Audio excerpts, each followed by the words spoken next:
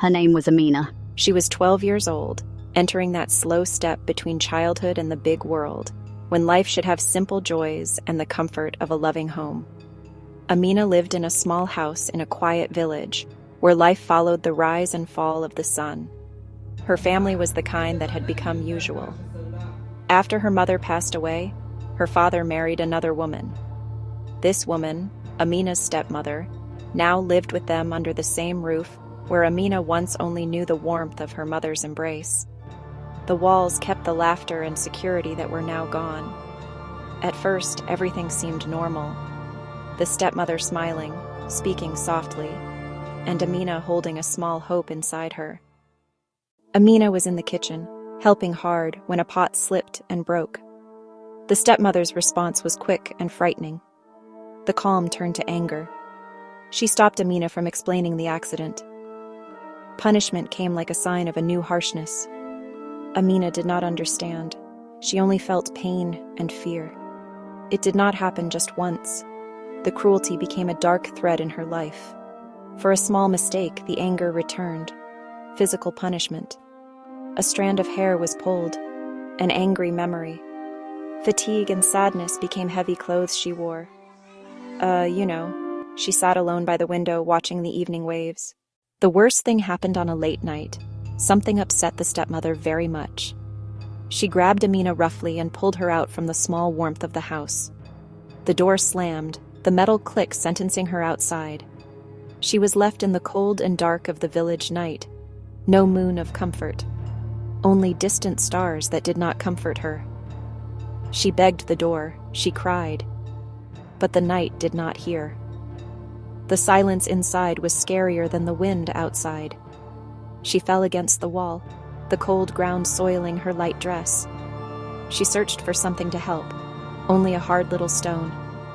Without a blanket, she curled up, bed dreams gone by the cold.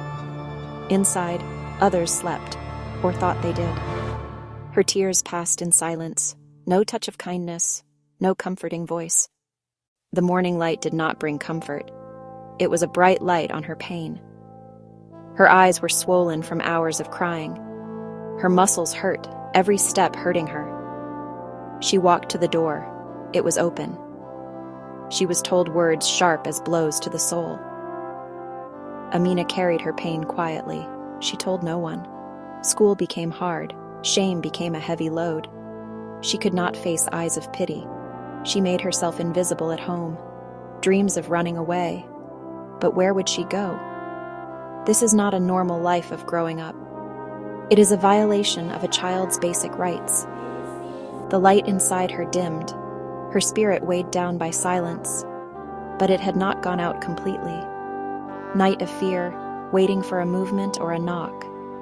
Her small body sharp with worry. In a village where lives are tangled, secrets are hard to hide. They saw Amina change, her smile fading, her shoulders sinking. They heard unusual noises. They saw tearful eyes. One person wanted to speak, but fear stopped them. There was sympathy, but silence was chosen. "It's family business," they said, building a shelter of silence. For the stepmother, silence was permission. For Amina, it was being thrown away again. Even when they saw abuse, many choose the easy way, leaving the weak behind. The community's silence is a heavy load, letting cruelty take root. Amina's story is an accusation against not taking action. A community is a web of shared duties, especially to the vulnerable. Looking the other way is a choice with big consequences. Light came in the classroom. The teacher saw Amina's sad eyes. How startled she looked. She made a safe, private space. "Amina, are you okay? You have been so quiet lately." The barrier broke. She told what had happened. Without judgment, carefully, the teacher took steps. She contacted Child Protection Services right away. Official intervention began. Home assessment, interviews. Amina received counseling to reduce shock, guilt, and fear. Small but meaningful signs of care. Now she was being looked after. Her father faced the facts. He had to take action. problems were dealt with. The abuse had to stop. The cycle was broken. Slowly, she returned to class. Small acts of kindness mended her broken heart. This story brings an important message. Lack of support can ruin a child's life.